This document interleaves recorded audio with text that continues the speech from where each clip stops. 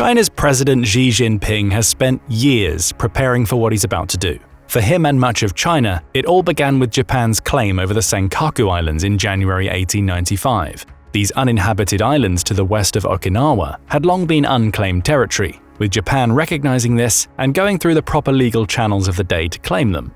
That control hasn't wavered much since. Granted, Japan temporarily placed the islands under US administration following World War II, but they came back to Japan following the 1972 Okinawa Reversion Agreement. China didn't care about these islands for the longest time. That is until the 1970s and the discovery of oil in the East China Sea. Currently, the US Energy Information Administration claims that there are 200 million barrels of proven reserves near the Senkaku Islands, with China believing the actual resources available may be as many as 160 billion barrels. China wants that oil. To get it, China will need to control the Senkaku Islands. That's why Xi has spent the past few years trying to intimidate the Japanese government into handing them over by sailing Chinese military ships within Japanese territorial waters. The gambit hasn't worked. All Xi has achieved is raising the tensions between China and Japan. China's president doesn't care. He's done with gently prodding Japan with territorial incursions. Now he's ready to fight, not only over the Senkaku Islands, but for full control of both the South and East China Seas, so he can finally realize his ambition of making China the only major power broker in the Indo-Pacific. To do that, Xi decides he needs to finally do what China has historically struggled to do. He needs to put to rest China's century of humiliation in which Japan played such a huge role. Xi decides that China must declare war on Japan to take full control of the Indo-Pacific. Hour 1. Xi knows that any battle with Japan must be conducted at sea. The two countries are separated by the East China Sea, which will serve as the main battleground in what Xi hopes will be a quick naval victory. He knows that China has an advantage in terms of pure numbers. China's navy is the second largest in the world with 730 assets compared to Japan's 155. Xi knows he has more submarines, 61 to Japan's 23, as well as 13 more destroyers, 38 more frigates, and 66 more corvettes. Then there's his ace in the hole, a pair of aircraft carriers that will enable him to bring some of China's 1,207 fighter aircraft into the battle. Those carriers won't be part of the initial attack. Instead, Xi takes a sly approach. Sending out several small naval patrols, each containing a trio of warships along with smaller patrol vessels, he allows his ships to encroach on Japanese territory. The key here is to make it look like China is just doing what it's done for the last several years. He already has ships near the Senkaku Islands. They'd been there for 158 consecutive days as of May 31st, and they haven't moved in a month or so since. Xi has also established a pattern of intrusions that cause Japan to send out its own ships to watch and, in some cases, escort China's ships out of Japanese territory. He's going to use that response to his advantage. 8 patrols have been sent out simultaneously, each led by a Type 055 destroyer and supported by smaller warships, essentially allowing China to create a barricade around Japan. As expected, Japan sends out warships and maritime aircraft of its own to monitor the Chinese incursions, as it's done so many times in the past. This time, however, it's different. Xi waits for his ships to get into position before giving the order: fire. The Type 055 cruisers cause the most damage. Each is a guided missile cruiser, capable of displacing 13,000 tons at full load. The ships are just over 590 feet long, making them some of the largest warships in China's arsenal, and can travel at speeds of up to 30 knots. However, it's their weapon loadouts that have made them the choice for these initial strikes. Each is equipped with a 112-cell vertical launching system that's capable of firing a range of missiles. Key among these is China's HHQ-9 surface-to-air missile. They take out the Japanese aircraft sent in response to China's incursions, with more being available on each ship to attack any other fighters Japan will send out. To handle the ships, those same vertical launchers can be loaded with YJ-18 anti-ship and land attack missiles, with CY-5 missile-launched anti-submarine torpedoes also available if China detects any Japanese submarines in the area. Add an HHQ-10 close-in air defense missile system, stocked with 24 missiles for any aircraft that manages to escape the initial HHQ-9 barrages, as well as a 130mm naval gun and a Type 730H PJ-11 close-in weapon system, and the Type 055 is a dangerous enemy. Each of these Type 055s is backed by several smaller ships, which pile on the pressure during the initial assault. However, Xi's greatest advantage during this first hour of the war is the element of surprise. Though Japan routinely sends out ships to shadow the Chinese ships that encroach on its territory, they don't anticipate an attack. Missiles are landing on hulls and taking out aircraft before Japan even has a chance to react. By the end of the initial strike, China has dealt a major blow to Japan's navy. Japan's typical response to China's incursions is to send out an Abukuma-class destroyer escort, a Sugashima-class minesweeper, and both P-1 and P-3C maritime patrol aircraft. 2 ships and 2 aircraft per Chinese incursion add up to Japan losing 16 ships and 16 of its planes. Granted, it manages to sink a handful of China's smaller warships as it responds to the attack, but China has won the initial battle. Japan is scrambling to formulate a stronger response. Hour 2. Chaos reigns in Japan's Maritime Self-Defense Force, or JMSDF. The country's Minister of Defense, Minoru Kihara, finds himself being bounced from pillar to post as he tries to coordinate a response to the initial attack. Orders are given for ships to dispatch from all of Japan's naval bases. The 43rd Mine Warfare Force leaves Sasebo Naval Base, with its goal being to escort Japan's fleet and aviation groups. Units from Japan's Fleet Escort Force, Fleet Submarine Force, and Mine Warfare Force are dispatched from the Kura Naval Base. The Self-Defense Fleet and Maizuru District Force dispatched from Maizuru Naval Base. And from the Ominato Naval Base come the Ominato District Force, a Fleet Escort Force, and the Ominato Coastal Safety Force. An impressive response. However, Kihara knows that it won't be enough. China's navy outnumbers Japan's by nearly 5-1, and reports are already coming in that the initial Chinese force is being supplemented by new ships. China is looking to fill the East China Sea with vessels to pen Japan as close to its own coast as possible, forcing Japan's ships into a situation in which they have little room to maneuver. Less room means fewer chances of avoiding the missile barrages that start raining down on Japan's ships. Japan is going to need help. Kihara encourages Fumio Kishida, Japan's Prime Minister, to contact President Joe Biden and ask for help. Hour 3. Kishida's call doesn't come as a surprise to Biden. The United States has 120 military bases in Japan, in which it has stationed 53,246 troops, so Biden knew of the attack the moment it happened. He also knows that Kishida is going to ask, Japan's Prime Minister needs the United States to come to its aid. The US has an obligation to do so to an extent. It signed a defense cooperation agreement with Japan that says the US Navy and Japan's self-defense forces will cooperate in any instance where an enemy launches a ballistic missile attack on Japan. That's already happened. Several of the missiles the Type 055s and their support ships fired fall under the ballistic category. However, Biden also knows that the cooperative agreements provide him with some breathing space. The US is only obligated to provide Japan with any intelligence necessary for its counterattack, with the choice of involving American forces in that counterattack being considered as the US deems necessary. In other words, Biden doesn't have to use the US military to defend Japan.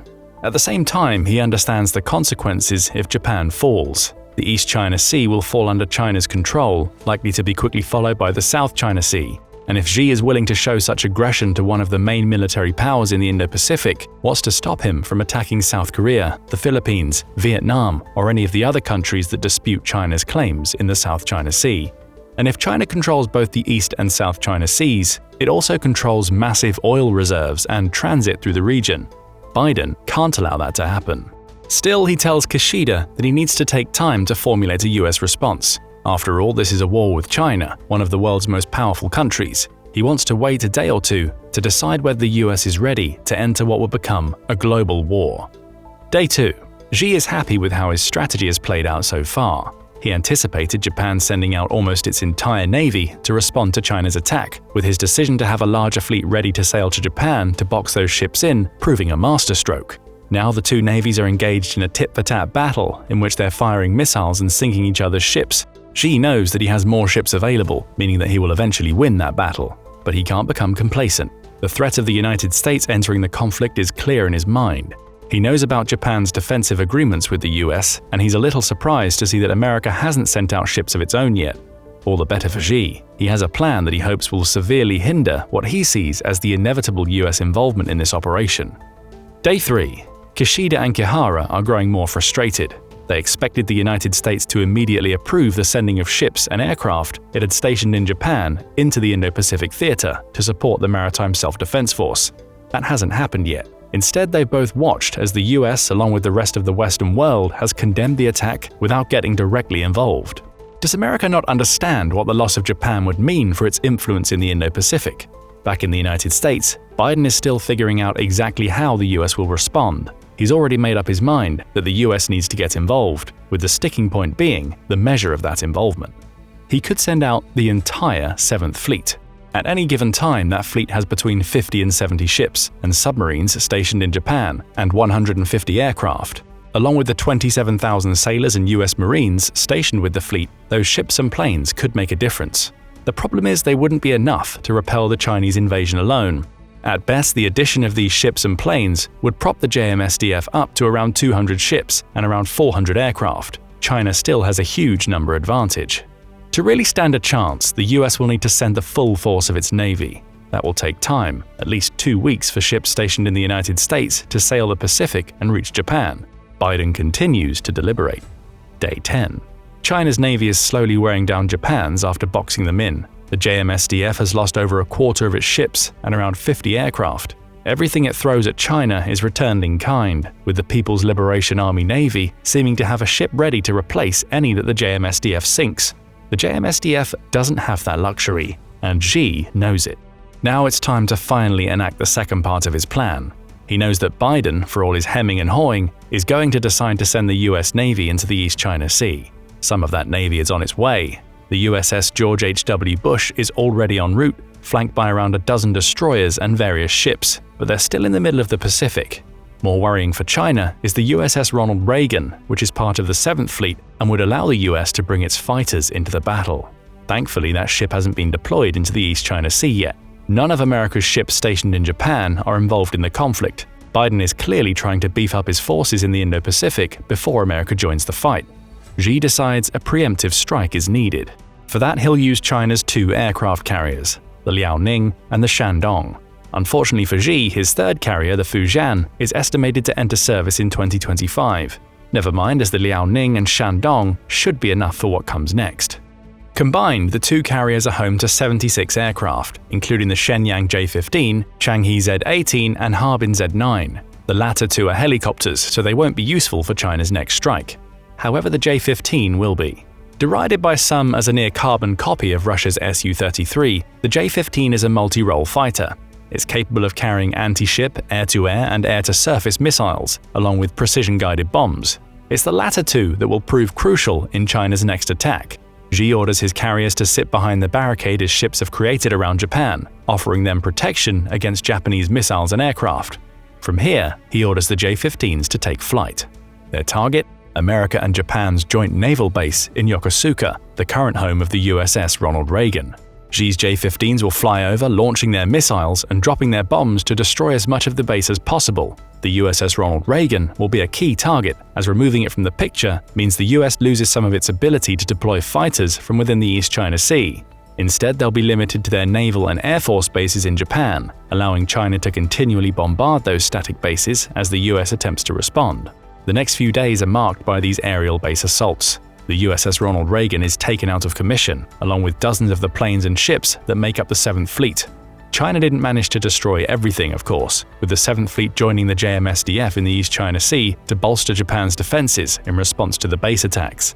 But that works fine for Xi. His preemptive strike has already dented the strength of a naval force that wasn't powerful enough to take on the entire Chinese Navy, even when combined with the JMSDF. It's only a matter of time before Japan's defenses crumble, and China is able to establish a clear waterborne path that would allow it to start landing soldiers on the Japanese mainland. Day 11. Kishida has spent most of the day communicating with Biden and US military commanders. Though frustrated that it took the United States being attacked before it directly entered the fighting, he's at least happy to know that America's remaining ships in the Indo-Pacific have joined the JMSDF. He also knows that more are coming, with the initial fleet sent from the United States being followed by several more units in the wake of the attack. Japan's goal from this point forth is to survive long enough for a larger contingent of the US Navy to arrive. Sadly, America's NATO allies won't be joining the fight, though they're bound by Article 5 of the NATO Charter to fight alongside the US if America is ever attacked on its own soil. The attacks by China on America's bases in Japan don't count. Those bases aren't considered to be US soil, so they don't count as a trigger for Article 5. Still, there's other good news. Beyond the 7th Fleet joining with the JMSDF, Japan has also been able to take advantage of the trilateral defense agreement it has with the US and South Korea. It just so happens that the USS Theodore Roosevelt, another of America's aircraft carriers, had arrived in South Korea just days before Xi launched his initial attack. Losing the USS Ronald Reagan was a devastating blow. But in the USS Theodore Roosevelt, Japan gets access to another aircraft carrier to supplement the aerial forces it's sending into the battle from its mainland. Better yet, that aircraft carrier is sailing in from the north of the East China Sea, which will force the PLAN to split its attention between Japan and a separate fleet coming from South Korea. With more than 60 fixed-wing aircraft and helicopters on board, it doesn't quite level the playing field alone. But with Japan's air force still flying into the battle from land, along with the US involving the 100 or so planes it had left following China's initial strike, the lucky appearance of the USS Theodore Roosevelt at least gives the PLAN more issues to think about. Then there's Japan's own ace in the hole, the South Korean Navy.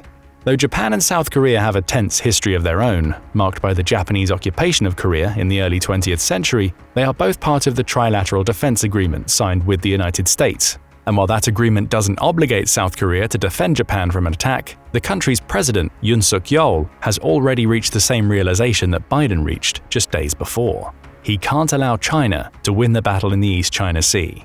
Doing so would likely put South Korea in the firing line next. And worse yet, China may ally with North Korea upon turning its attentions to South Korea. Even if that doesn't happen, the loss of Japan means the reduction of US influence and, by extension, South Korean influence in the Indo-Pacific. So Yoon Suk-yeol agrees that South Korea should join the fight.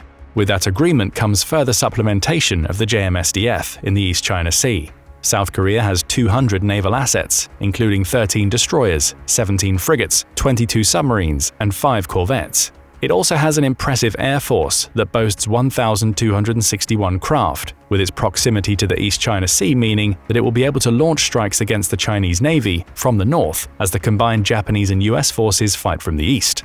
Japan is starting to turn the tide. Though it's still fighting to a stalemate and losing ships by the day, it's now on the verge of surrounding China's navy with the help of the US and South Korea.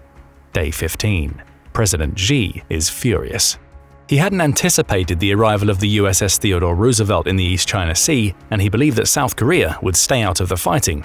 Why wouldn't it? For all of its recent cooperation with Japan, South Korea understands what it means to be subjugated to the country's former imperialism. He had hoped to quickly defeat Japan before moving on to negotiate with South Korea from a position of power. That won't happen anymore. Even worse, China's naval power is now almost being matched in the East China Sea. Two of the biggest flaws in the PLAN are being exposed. First, for as large as the PLAN is in terms of its assets, the amount of power those assets bring to the table isn't as high as China would like. Over 150 of its 730 ships are small patrol vessels that are unsuited for a naval war, meaning China has been revealed to not be quite as powerful as first believed.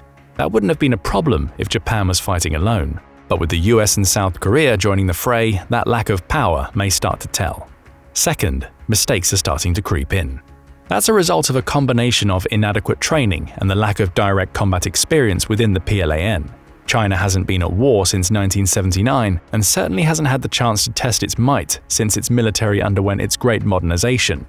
Again, the same is true of Japan, but with the experience of the US to back it, Japan is putting up a much stronger fight than anticipated.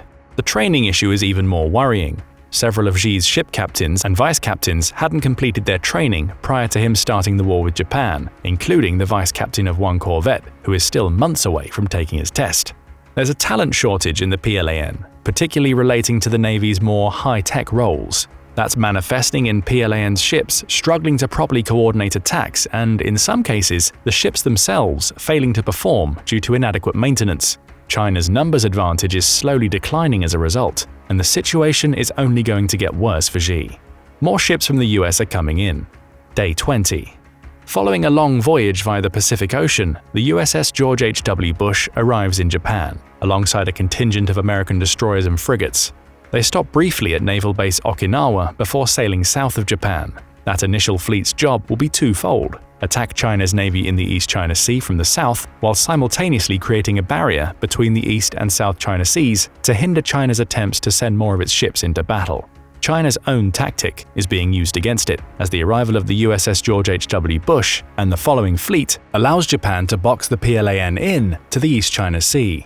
More ships are coming from the Pacific, meaning the barricade will only get stronger. And there's more bad news for China. The US Navy's Fifth Fleet is also on the way. Though the fleet is normally responsible for conducting operations within the 2.5 million square miles of water that includes the Arabian Gulf, Gulf of Oman, Arabian Sea, and the Red Sea, along with some parts of the Indian Ocean, Biden has decided to employ it in the fight against China to create a naval pincer attack. The fleet, which has 7 task forces that include unmanned underwater vehicles, unmanned surface vehicles, and unmanned aerial vehicles, is en route now, just south of India, and will soon arrive in the South China Sea. When it arrives, China will see the PLAN split in two, with each part facing battles on multiple fronts. In the East China Sea, Japan and the US are attacking from the east, South Korea and the US come in from the north, and the recently arrived Pacific Fleet will attack from the south. The ships that remain in the South China Sea also face attacks from the north and from the Pacific Fleet, along with strikes from the US Fifth Fleet to the south. Day 30. President Xi is left to think about the tactical blunders he made as he finds his navy completely boxed in. Close to the full force of the US Navy has been combined with Japan, with South Korea's participation in the fight being unexpected. He expected American involvement, he just didn't expect it to this extent. The arrival of the Fifth Fleet was the final blow to his ambitions. Xi had assumed the US would leave that fleet in the Red Sea, both to continue combating the Houthis and because he thought that India would raise objections to having that fleet sail around the south of its country to join the fight in the South China Sea. But Xi didn't reckon for the US feeling capable of leaving the Red Sea because it wasn't fighting there alone. It had the help of a coalition of more than 20 countries that could cover for it whilst its ships were gone. The Red Sea was in safe hands. As for India, Xi could only look back at several tactical blunders he'd made before attacking Japan. Inviting the likes of Iran and Egypt into the BRICS economic partnership hadn't helped. By doing so, China and Russia had combined to minimize India's influence in the group, leaving the country feeling marginalized inside an organization that was supposed to help it prosper. Then there were the border disputes along the line of actual control. Xi's troops had clashed with India's on several occasions over the last few years, with tensions still rising along that border. Still, he thought offering tacit approval for the US Navy to sail through the Indian Ocean was beyond India. Xi was wrong. India has stayed neutral and hasn't offered support to either side, but it also raised no objections when the Fifth Fleet began its voyage. Now the Fifth Fleet was in the South China Sea, with more ships arriving via the Pacific daily. They joined Japan to pen China's ever-weakening navy in, with Xi only able to watch as his tactics were used against him. China is losing ships. Chief among them is the Liaoning, one of China's aircraft carriers. That loss forced Xi to withdraw the Shandong for fear of losing it too, meaning China's navy no longer has the air support Xi would like to provide. Sure, aircraft can still take off from the Chinese mainland, but their range is limited and the JMSDF seems content to sit at the far reaches of that range while working alongside the US and South Korea to pick China's ships off vessel by vessel. Xi's navy has nowhere to go. Neither does Xi. His attempted naval invasion of Japan has failed not because China's navy is weaker than Japan's, it is or was far stronger.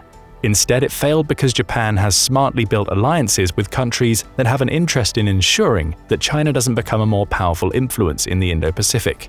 Xi is left to rue the fact that he has essentially lost a war to the United States and South Korea, as well as to Japan, and without the stomach for declaring a full-blown war against the US, he's forced to back down. Japan is victorious. But it's something of a Pyrrhic victory. The JMSDF will need to rebuild after losing dozens of ships as it held the line and waited for reinforcements. Bases will need to be rebuilt and armaments replenished. Still, Japan's ties with South Korea are stronger than they've ever been, with their ties with the US being reinforced by the support provided to the JMSDF. If China ever attacks again, Japan will be ready.